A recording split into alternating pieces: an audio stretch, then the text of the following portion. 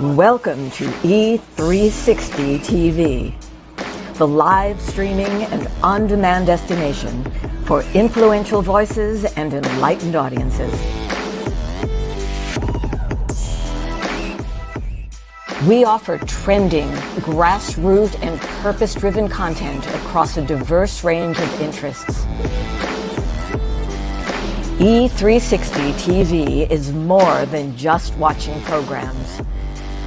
We offer the ability to interact with live shows connecting audiences to real, authentic influencers and storytellers while streaming to millions of devices.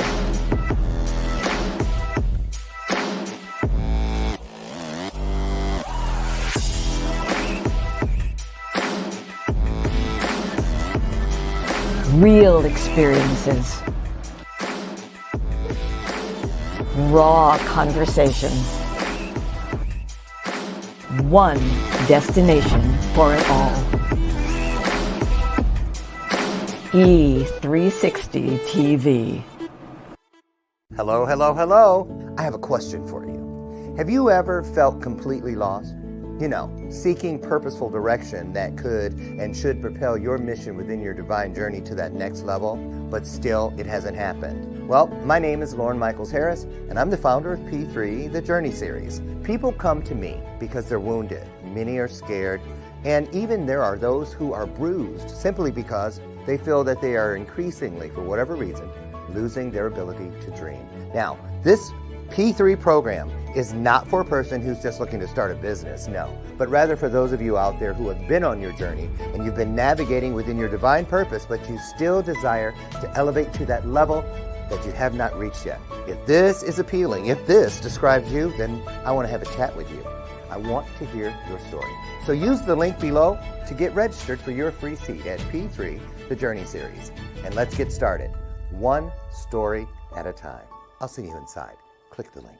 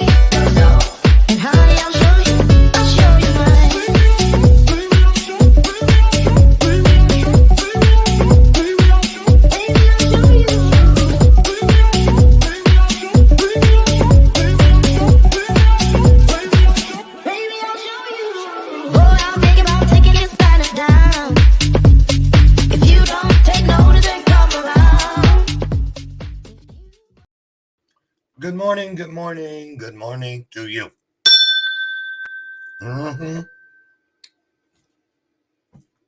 That's right, sure am. I got country. I am eating. Now, let me tell you something I learned while I was sitting here waiting for y'all to get in here. All week, you know, we've been raising awareness, bringing attention, raising funds, which we need to raise some more. So get your purse, pocketbook, all of that, wallet, checkbook, debit card, credit card, PayPal, Venmo, Cash App, and Square. I think that's all of them. If I forgot one, put it in the comments. Get all of it ready, your resources. We're raising money and awareness to help take a bite out of, no pun intended, hunger, world hunger, specifically focusing on children and elderly. So one thing I noticed, back to the original point why I was chewing, was all week long, I didn't realize doing this week-long series really what has served as a trigger for me. I'm not kidding you. I look at, okay, if you could see what I see in front of me on my desk right now, here we go.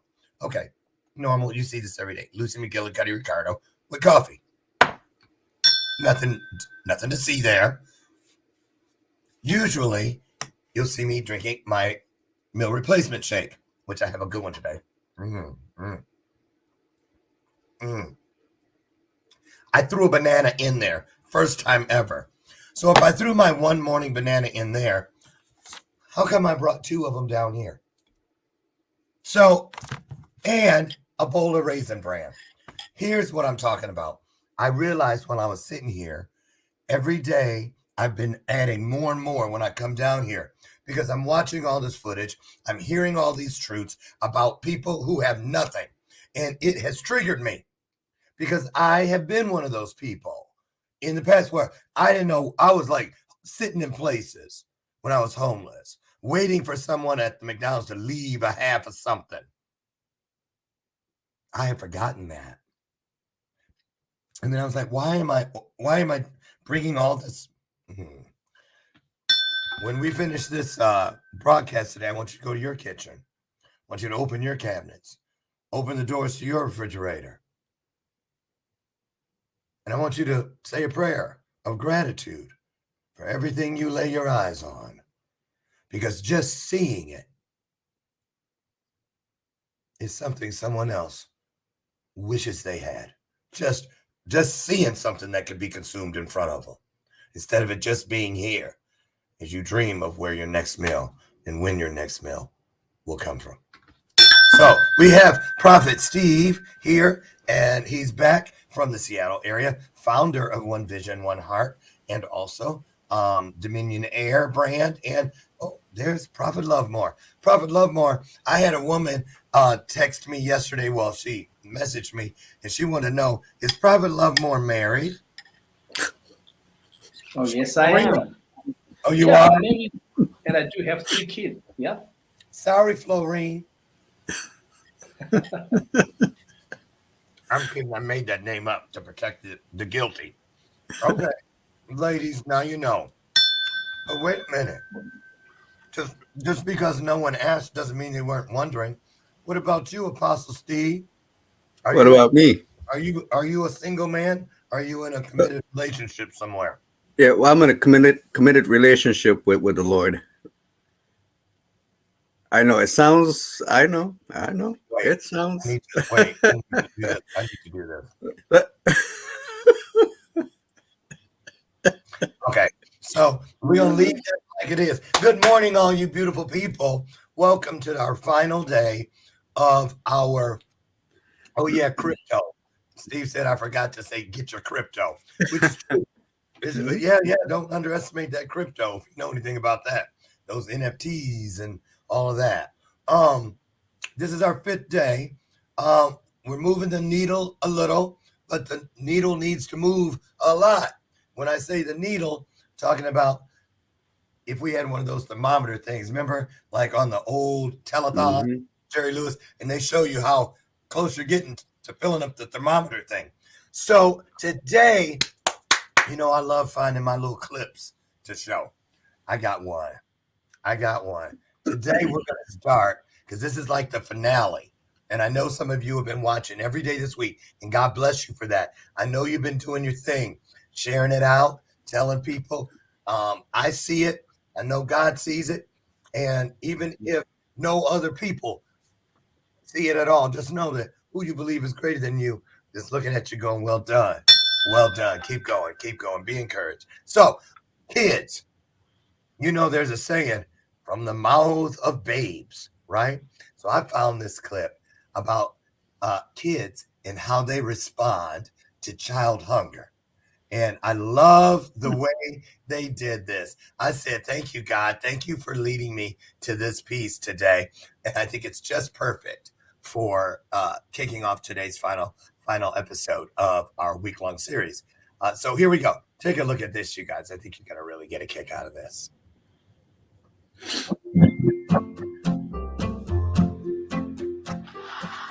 Do I touch it? Yeah, go ahead. What is it? All right. What's your favorite food ever? This is tough. Salad, mac and cheese, pancakes, and popcorn. My dad's steak pizza, so good. What food do you dislike most? I hate cheese. Vegetables, spinach, tomatoes. What's a face you make when you eat raw tomato? I don't eat it at all. What do you do when someone gives you food you don't like? Play with it until it got cold. I'll say, hey, what's that? They look that way. Because if it was gross, why would I want to eat it? Did you know that 1 out of every 5 kids doesn't have enough food to eat? 1 out of 5. 1 out of every 5 kids. Can you turn the bag around and look at the other side?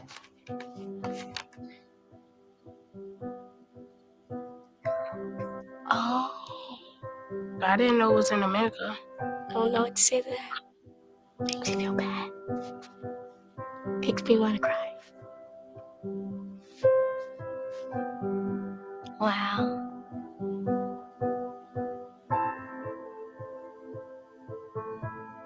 That's a lot of kids.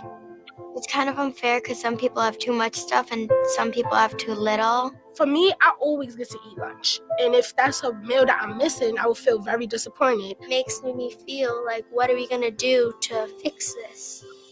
What is something we can do to help fight hunger together? So over there we have a wall with tons of ideas, and we want to add your idea to the wall. Kids could think, oh, that's not possible, or oh, I'm too young to do this. But it is possible, and you're not too young to do it. Donate money as much as I can. Make Thanksgiving every day. We should all get a group and try to find the foods that would be easiest to give. And we can take the food to homes where they don't have food. That's a small way to have a big effect. Post videos about children not being able to eat. Everyone brings canned food and they build a big fort. And then they donate all the canned food. And then they can have everything for free. If there was a machine that could make food, my machine would change it to 0 out of 5 kids being hungry. The tiniest ripples make the biggest waves. If all the kids in the world got together and did something big, they could impact the whole world.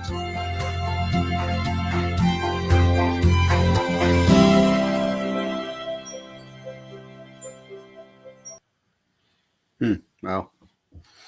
Yeah. You're muted. Yeah, because I was I know that was wow. I mean, did you see their faces Hmm. when they realized? Welcome to the show, Apostle Steve and Prophet Lovemore. Tell me individually, let's just hit it for a second. Great way to open today's final episode. Let's start with you, Prophet Lovemore. What were you feeling when you saw those kids here in the United States talking about it and their response? Yeah, well, Dr. Lauren, 2016, I had the privilege to come and preach in Jacksonville, Florida. And that's when I realized that everything that we also do see about America is not always Hollywood, neither is it, all of these awesome places. For the first time, I was able to go into a barber shop where I could tell that these people are not rich. I was able to walk in some places where I saw that, okay, there's a problem here. What we normally think about when we see what we see on TV and the perception that we have of the US is that, money is just falling from the sky. Every building has got Superman or Spider-Man on it. But the truth of the matter is, even in Seattle, where Apostle Steve did something there, you would realize that there are homeless people. There are those who seek shelters, and there are those who actually sleep under bridges and who don't even know where their next meal is going to. And that's why they end up being in cocaine, in drugs, and in crystal meth, and certain things like that. So that right there, it did hit hard. That's really true. But also, I can say that I saw it with my own eyes. So it is not just something that you find on TikTok or YouTube and play it for people to be touched, but it is a reality, and it is a global pandemic everywhere. It is. So, Prophet Lovemore, when you look at a hungry person in the face, right where you are on the ground in South Africa, and then you looked at the face of hunger when you were in Jacksonville, Florida, did it feel any different because of where you were, or did it just No, feel like it's the same. it's It's the same everywhere. Mhm. Yeah. Steve? What about you, Apostle Steve? Yeah, when I was watching the children, of course, talking about I don't like vegetables, I don't like spinach, and then when they read that particular one about the 1 in 5, and I saw the reaction on their face. In my mind, first I thought, well, this is scripted, but then the reaction in the face was like, oh no, this is not scripted. I mean, this is a shock to them, knowing that 1 in every 5 children go hungry. And to know that they are blessed in the way they are, right, with the abundance and the ability to say, I don't want this food, I don't want that food. And in the U.S., it's a reality. I have been part of many feeding programs here in the past, because it's an epidemic even in my backyard in Seattle, and we used to go out in the park and feed the homeless, and this was years ago, and set up the chafing dishes, and they would come. But just recently, because we were looking at what needs are there, because we had an event here, and the purpose was to give back to the homeless in Seattle. And so Thursdays now, I partnered with the organization, and we two Thursdays we went out, and we went to about 4 different homeless camps. But for me, I wanted to actually know, why are you here? And I got the opportunity to speak to some of those people. And a lot of them, because of COVID, they lost their homes. Yeah, Some of them, they have no other option. And I remember the last camp we went to, the line. I mean, we got there a little late, probably 9:30 p.m. And the line started lining up. At that time, they were coming out of the camps, coming out of the bushes, they were coming out of all over. But just their faces, and how grateful they were that we showed up with a meal for them. And a lot of them hadn't eaten all day. Matter of fact, the second camp we went to, the guy I spoke with, he said, thank you, thank you. He kept thanking me and thanking us, the group. He said, because my wife hadn't eaten all day. She was just saying to him, I didn't eat all day, I'm hungry. And then we showed up with a meal. So he was thanking us because we blessed her, you see. And so it's real. It's real. it really is. Excuse me. I want to tell you, I forget when it was, but it was I might as well hit the button. Shameless plug.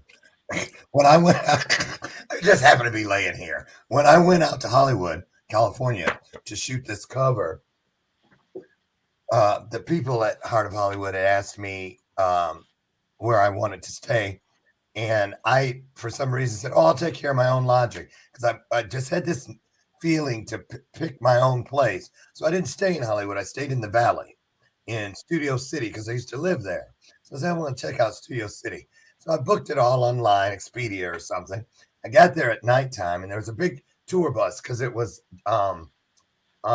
what's that one guy that has that beautiful baritone voice, that Josh Groban. Josh Groban had a concert, and his band was staying in this hotel. So their tour bus was blocking everything. I got out, and it was night. So I went in, got ready, went to bed. Get up early in the morning, their bus is still there.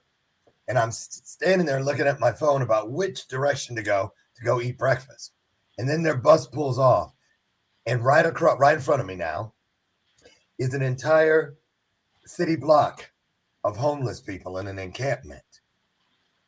And it just like as if God just pulled the shade up, and there they were. Mm-hmm. And I thought I had just said, ooh, I'm starving. Right. Right. Because I'm just feeling the first little inklings of hunger, but I'm starving. And then the bus moves, and I saw the real face of hunger. And it bothered me to the point where I had to go over there. And I tell you what, it changed my life. And I didn't even talk to the people that live there, because I didn't want them to think I was like looking at zoo animals. But I did talk to some people I saw who were bringing in a shower contraption that they made, and they go around to these places and offer people showers. I showed it on the show, some of you might remember. But my point in all of that is this. Let's talk about this. Wherever you find yourself, if you're on vacation in Tahiti, if you're, walking downtown in a big city, and you live there, you've never been, wherever, we should never get to the point where we don't see it, where we can look right through it, look around it, look away from it, and it not make us think something. Mhm. So today, I want to, we're raising funds, you guys. Steve, bring everybody up to par on why I just clicked the please donate. Why is it so important? Prophet Lovemore, you guys go back and forth.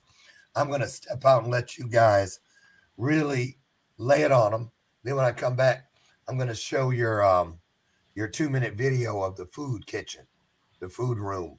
And that again, we showed it earlier in the week. I want to show it again today. So go in and you guys just talk to them about why you need everybody, and you need everybody to do whatever they can do this final day here to raise awareness for this effort in South Africa. Go ahead, guys. Sure. Thank you. In the previous segment, Prophet Lovemore talked about the number of people that actually, registered, which is a little over 10,000 people, which represent 10,000 families. And so,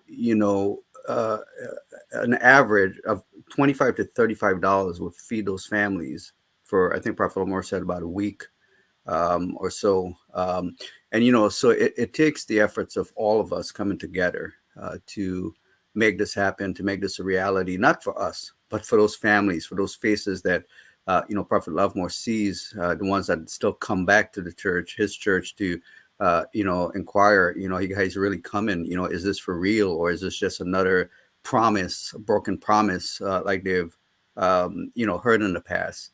And, I've had several, people step up and say, hey, okay, we can help. What can we do? But guys, think about it. Over 10,000. Okay. And if you do the math, 10,000 times, say, average of $35, that's $350,000 just to make an impact in about 10,000 family lives. Okay. So it's going to take an ongoing effort, but we could make it happen even here today. And it's our prayer that it does happen. And it's our prayer that, each one, the video that showed earlier would bring some sort of greater awareness that, this is real. This is not, I know where Lauren, allude to the fact that, we may see, right, even in our own cities, and just sort of turn a blind eye to it. But we are in the trenches. We're the ones, we're seeing, we're, watching, these folks, the churn in their face and feeling their pain. Because when you're up close and personal, you feel the energy of that person. So you feel their pain, you feel what they're going through. And so, Prophet Lovemore, I know, you're there, and they're coming to you, and inquiring, are you guys really coming? And why this is so important to us. This is the last day, and why people should help us and truly help us make an impact in the communities there, right in your backyard. Why should the people? Yeah, Apostle. Yeah, it's I'm sitting here right now. I'm thinking, is this the time to be strong, or is this the time to cry?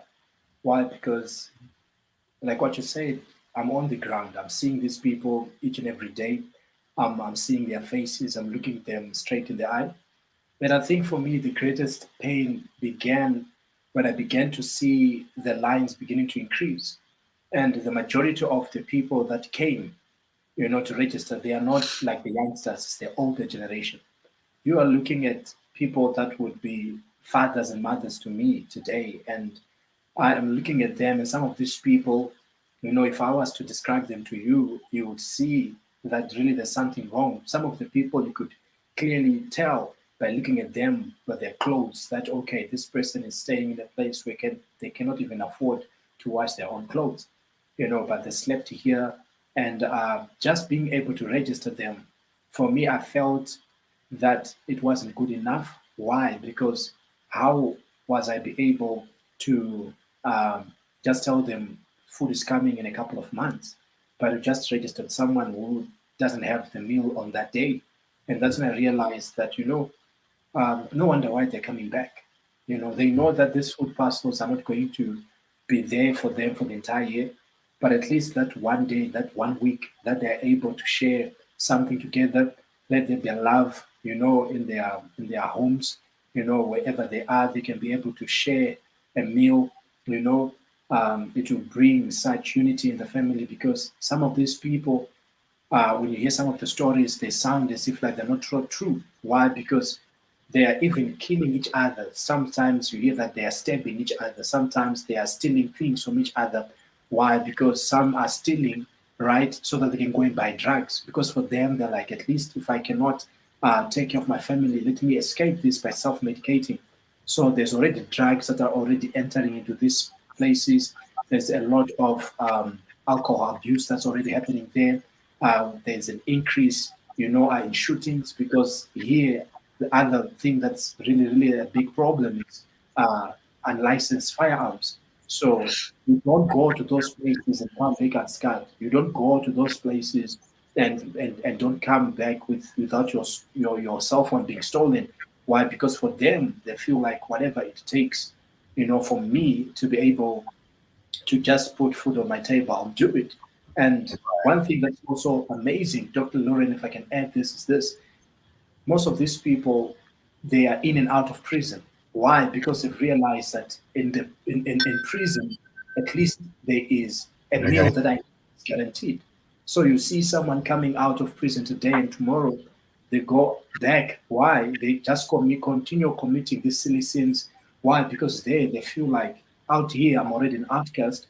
Out here I'm already rejected. Out here I'm already isolated. No one wants to be with me. I've already lost maybe my wife because normally women don't want to stay with the man who can provide for them. So you see men who are taking care of 4 or 5 of these children. There is no wife there. I'm telling you, it's very, very heartbreaking. But I know that today we can be able to do something about it. We can be able, to feed these people. And not only that, we can be able to commit today to say each and every month, I really want to see it through. I really want, even if it means just to adopt one family where you're saying, I want to see this child, one child out of that family become more like a savior in that family, a key in that family. Who can I be able to sponsor, give a scholarship, make sure they finish, and at the end of the day, when they come back, they can be able to take care of their family. Because I'm telling you, these children, when you look them in the eye, there's no way you can look back.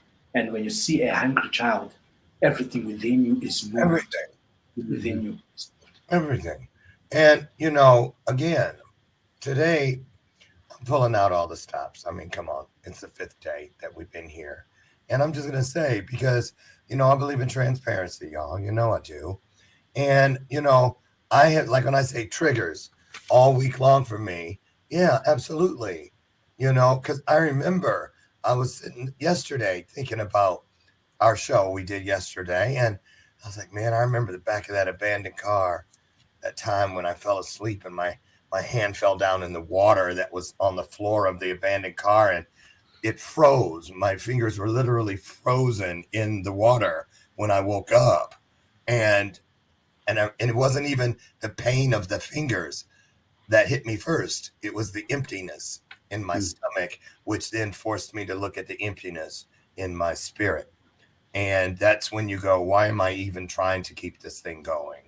Why am I even, if food isn't being meant for me, maybe I'm not meant to be here. So, but that abandoned car, which I didn't know when I crawled in it that night, was actually in the driveway of the pastor of the church next door, which I didn't even notice was there in the dark.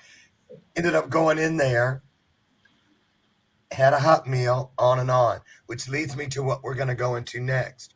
Why is it so important for us to keep a service to others mindset? Why is it so important that we are of service, literally, not just sending emojis, not just even, there's not, of course, I'm not saying prayer isn't enough. Prayer is everything. But those secondary actions, I mean, those things that sometimes cause when you feel you don't have anything yourself, is the time, you really should consider giving the most. I know that. I know that.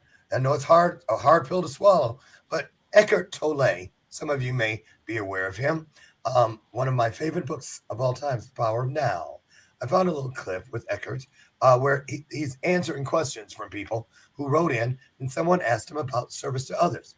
Now, we have Christians here. We have Muslims here. We have Buddhists here. We have spiritualists here. We are all human beings. The ing denotes that we are in the process of everything. Somebody calls you and you're busy. Sorry, I'm sleeping. Sorry, I'm working. ing, in the process of. So we are in the process of becoming. So allow yourself to become even greater than the you that got up this morning. Okay, so let's take a look at what being of service is. And I said all that because this is entitled what role does service to others play in the evolutionary impulse? So I'm not saying this is about the theory of evolution, but evolutionary impulse, the growth from where you were into who you are, and a glimpse into who you can become. Let's take a look. The evolutionary impulse of the universe, the arising of presence. You cannot not be of service to others as presence arises. One way or another, the way in which you are of service to others will vary from person to person. You may not immediately know what your way is. Again, the mind sometimes wants to know too soon, okay, what am I doing? What am I going to do with it now? I'm present. Be present, and gradually the realization of how you are to serve others, whether it's through direct spiritual teaching or whether it's through some activity into which the energy frequency of presence flows, you don't know. You need to, it may come to you, it might take a while. It took years for this teaching to come out of the state of presence, so many years. It may take a while, or it may happen very quickly. There is an acceleration happening on the planet now of the arising of presence. So it's probably happening more quickly to you than to me.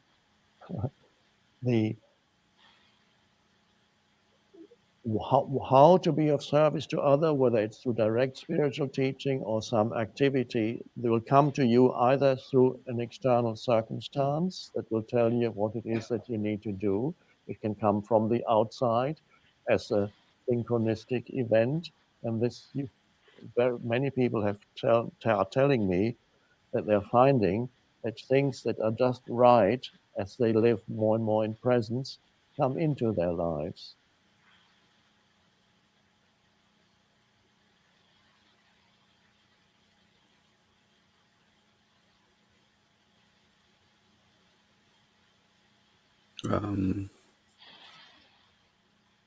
Prophet Lama, are you there? Yeah, yeah. Oh, okay. Looks like Lauren might be. Hey, Lauren?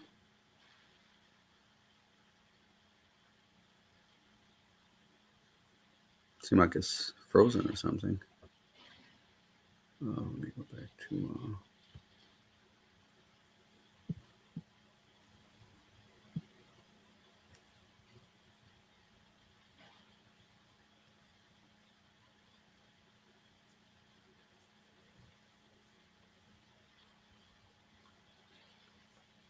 I think it's. Okay, here we go. I think it is this internet, this network, okay. but yeah, but we're still live though. So yeah, one of the things as I was watching that clip and listening is that one of let's see here, I will find it. I was thinking about the let me find it here. Hang on. There was a scripture that came, as he was talking about, given, about the evolution, because, each one of us are, a blessing. God, hey, Lauren. The internet, that's those negative entities trying to, I don't care. I was looking on you, watching you guys on here, and you kept going. So.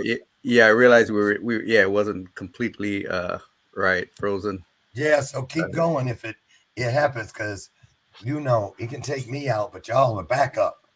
Yes, Step that's to the good. front, Yeah, step to the front. So Yeah. what I wanted to ask you guys about after seeing that clip, for you, Prophet Lovemore.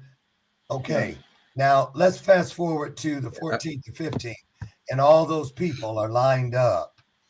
And of course, the front of the line there's a lot of excitement. People see themselves getting closer to, the goose that lays the golden egg. But then the people way at the back that are constantly going like this, wondering, will it run out before it gets to me?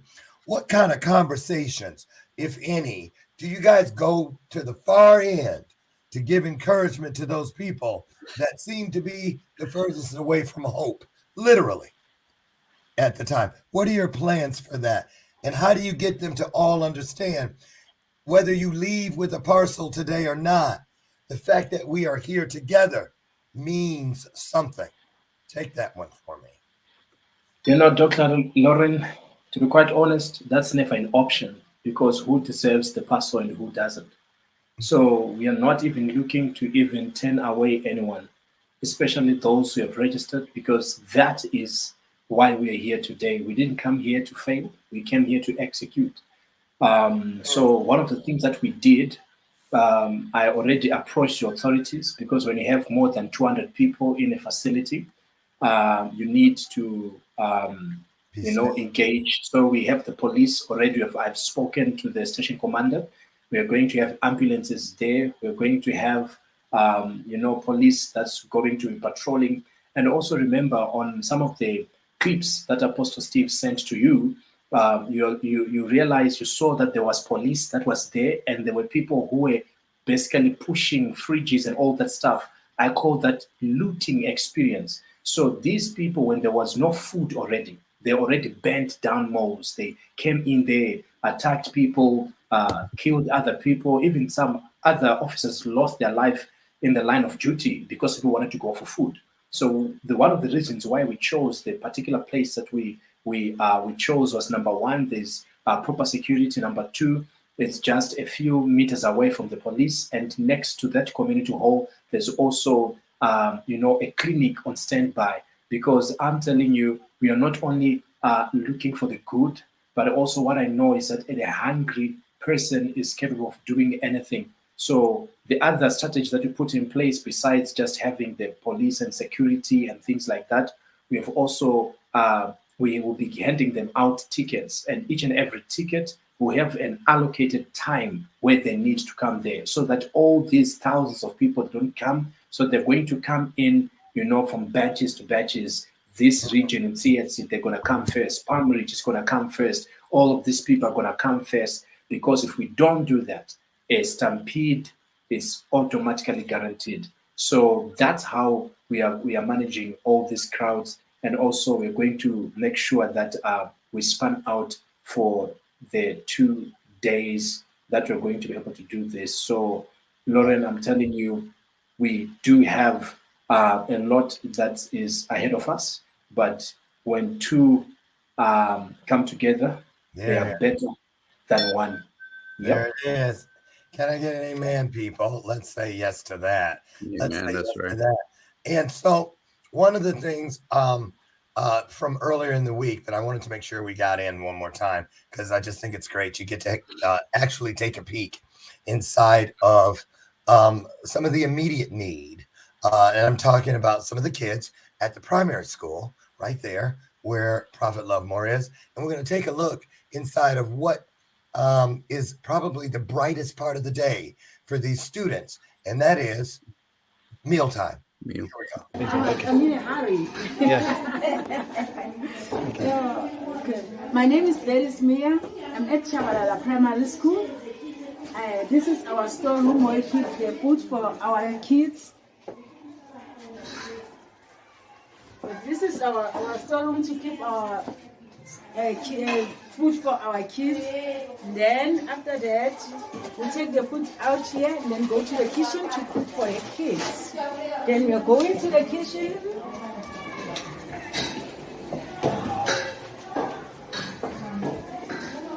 our kitchen where we cook food for the children. It's our stove, our pot, and we use a gas stove.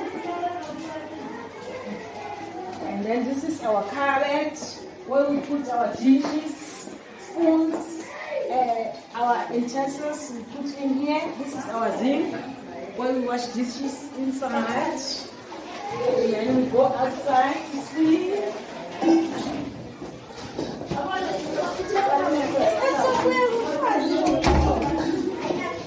This is my colleague. This is our table where we dish up for our children.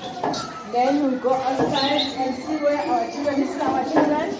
We just make a queue for the food and then the queue was the so that's my teacher, madam. She helps us with control the kids, and this is where the kids sit when they are eating.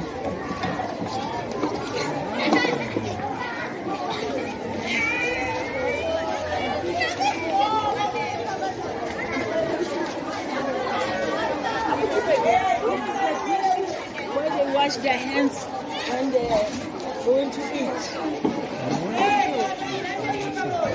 Thank you. I was leaning in, so you caught me. Yeah. So this time when I watched, I saw what looked like rice. Yes, it was actually rice and then a little bit of some fish. Some fish. Yeah, just like small little tiny soup, so Yeah. that everyone can be able. Because remember, Add some flavor. meal should be able to take care of more than 1,150,000 children. Yeah. There's over 1,000 children there. Yeah, 1,150. Yes. How long does it take to feed them? As you saw, in and out. I think they have an average of. I think they have an average of, 2.5 minutes. Just come, walk, go on the line, eat, go. If you saw it, I actually managed to look also. It's like what you did there. I saw that each and every kid there has is about 4 or 5 scoops with their hand that they can all be able to eat, and that's it. Yeah. Yeah. So the women that we saw, the teachers, the cooks. Let's talk about the women that do the cooking. Yeah. How many does it take, and do they get paid, or are they I just? believe most of those, I think they are volunteers. Yeah. I had a feeling. Just coming and if it's something that's going to be given, it's more like a token of appreciation, right? Because, they're doing quite a good job there. What But happened? obviously, Have you ever been? Has the school ever been in a situation where the food kept dwindling, and they were like, there was nothing coming in? What do you do when the kids are sitting there going? Yeah, I think what then happens is let's start feeding the young ones first, and then the older ones will just believe that they will understand. Because if you look at what was in the pantry and you look at how many children are there, Right. there's no way it's going to feed everyone. So, this is the reality. And that's why when you look at those kids, their approach, is let me be the first one. So it's like when the siren goes on, there's literally a quarter of a stampede because I need to be there first at the bowl, because if you take your time, you never know what's going to happen. Right. Yeah. And Lauren, what's come to my spirit, in the book of Hebrews, it talks about do not neglect to do good and to share what you have, for such sacrifices are pleasing to God. And, each seed, you mentioned the word seed earlier, I believe, and each dollar, if we look at it as a seed, you're sowing into a life of a human being. You're sowing in the future of a human being. You're planting that seed into the future of a child. And when we look at God's economy and we look at his kingdom and how it works and how it functions, and we have to understand this is good soil. And anytime you plant a seed in good soil, okay, that seed cracks open and that tree pops out of the soil and starts growing. And then there's a harvest, right? If it's a fruit tree, there's a harvest that comes from that. And you may not see the harvest right away. You don't plant a mango tree and expect to get mangoes tomorrow, but you will in the future when it's time to bear that fruit. And so when we look at lives in that way and know the fact that, look, we're blessed to be a blessing. And if you understand God's economy and the power of giving, there's some principle in giving, right? So when you give, when you sow, when you plant, trust me, the harvest comes. Yeah. And it might be in times you don't even expect it to come, and God just blesses you unconditionally, just from you responding from the heart and looking at another human being as a human being and not just as whatever you want to look at it, but the fact that you're reaching out, and you're reaching out from within, and you're planting it into good soil, which is into the kingdom, which is the lives of people. Trust me, the return is much greater. It may not even come back in monetary value, but in favor, in things you don't expect, doors open for you, unprecedented favor. God just you open the door. Why? Because in his kingdom, right, it's about the souls, and those young souls, I mean, they didn't ask to be in the position that they are. They didn't. And look how blessed we are. So we are truly blessed to be a blessing. And sometimes we don't think about it. That God opens the door, he blesses us, and now what do we do with the blessing? Right. Yeah. Right. That's absolutely right. Hey, Prophet, Love More, I had a question for you. You said you had 3 children at home. Right. When you sit down as a family, what's the conversation like between you and your own children about the work you do and the people you service and help? Because kids are kids. And do you ever have to remind them, hey, wait a minute, talk about how that is. How, do you, I mean, that's a tough one. Yeah, it is a tough one. At least I have the two are very young, so they wouldn't be part of the conversation as per se, but they do Babies. see the people come in. We take them to church. They play around with other kids when they come, because sometimes when the mother is busy registering, right, the children are busy loitering around, so they get to play together. Because you see, children don't understand hunger; they just see friendships, right? So they play together, and sometimes they cry when the others are going, because for them they're like, "Why is this child coming only here and going? Because let's have fun, let's play Right. together." Right. But my oldest one, right? Yeah, my oldest one was so touched that she went on WhatsApp, and she opened a group where she's beginning to collect clothes, right? Which many people have got clothes which they are no longer using. And she said, she would want to just, connect to that person, and then they gather together and then they begin to distribute clothes, because that's something that also these people don't have. So not only do they have adequate shelter, but also they don't have food. So, at the end of the day, you can only do so little with people who are committed to be able to touch people together with you. So that's the conversation, and I'm telling you, that's why I always say, if you don't love people, you will never be able to carry anyone in your heart. It takes you being able to love people to be able to understand even the language that is being spoken on this broadcast today. And when you hear that sound, you will know that this is good soil, and someone's life is going to be changed by what you are going to give. And with what Apostle Steve said, I just want to add to of that and say, whatever you make happen for someone, God will also make it happen for you. Will come a day where it might not be in your life, but your child one day will need someone, to stand with them when they're in college. They might need someone to stand with them when they're in university. So God will be like, because you gave hope to a child in Africa, I'm not going to let your child miss this opportunity to go to this particular college that they loved. So our children are going to reap benefits of favor because of another seed that we sowed in favor of someone else's far away. It might not be something that you will see today, but definitely your children will begin to develop a wisdom, an intelligence that you yourself will be like, 3 months ago, my child was not doing well at school, but ever since that happened, it seems like there's a change that's happening in my child. And I'm telling you, if you give into and if you sow into a child, Hmm. God might give the harvest not to you, but for your child as well. Right. That's awesome. Prophet Lovemore, man, I just love listening to you. I really do. You guys, it's October 14th and 15th, correct? Right. That's just 2 weeks away. Tomorrow is indeed the first day of October.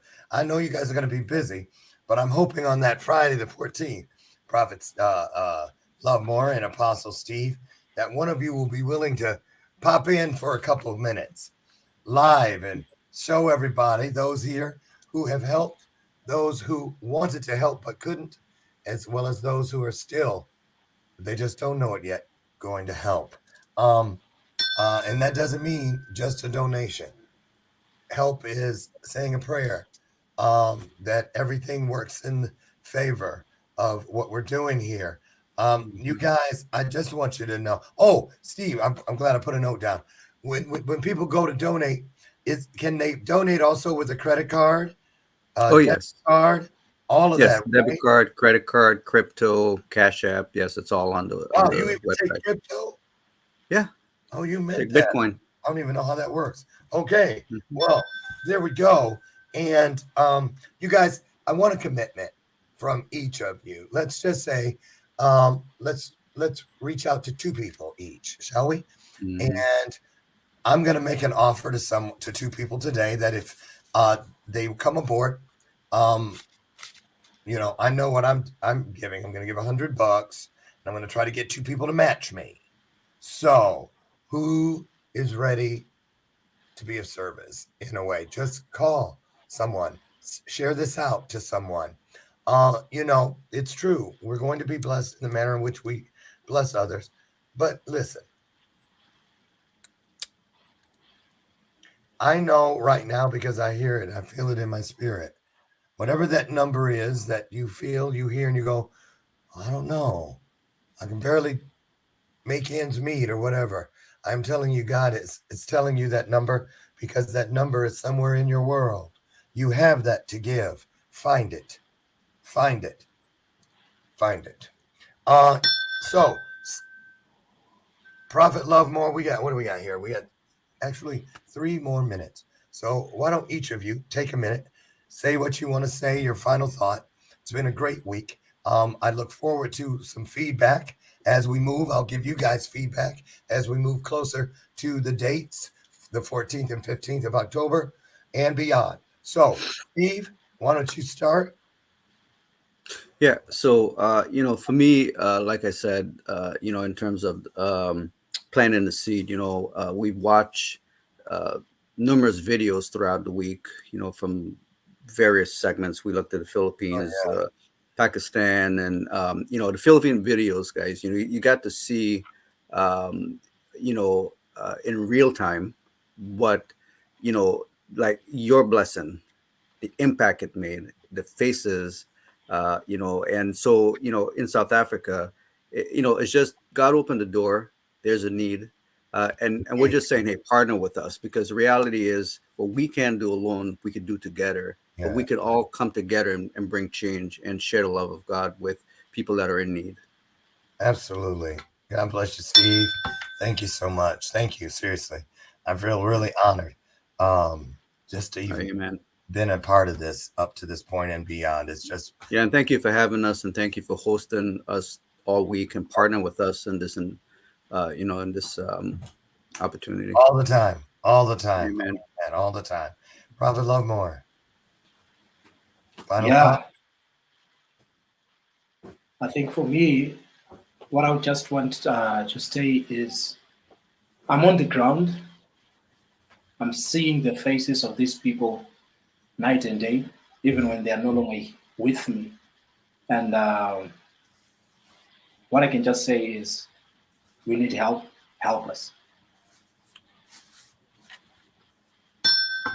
Well, I can't think of anything to say that hasn't already been said. So we leave this with you, and I just encourage you to act according to what God places on your heart. Just remember, you may not be able to do anything today, but just the fact that you are saying to what is greater than, if I could, I would, that counts. Take it and do something with it. Listen, get out there and have the best day ever. Be the blessing you'd like to see in this world. And God willing, I'll see you Monday morning again, right out front on the front porch at 8 a.m. for our next installment of Bathrobe Moments. Thank you all so much for a wonderful week. Thank you, Prophet Lovemore. Thank you, Apostle Steve. And please, You're welcome. Thank you. what you're doing, saving and encouraging children and people one story at a time. So thank you so much. Great examples. Take care, you all. We'll see you Monday. Thank you. You as well. Thank you.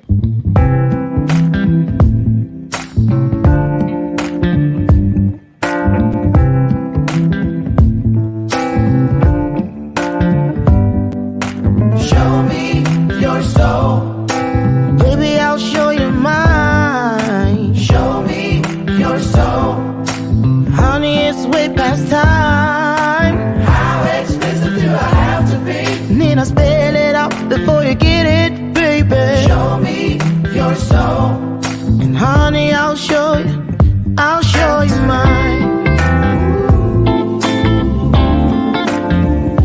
show you mine.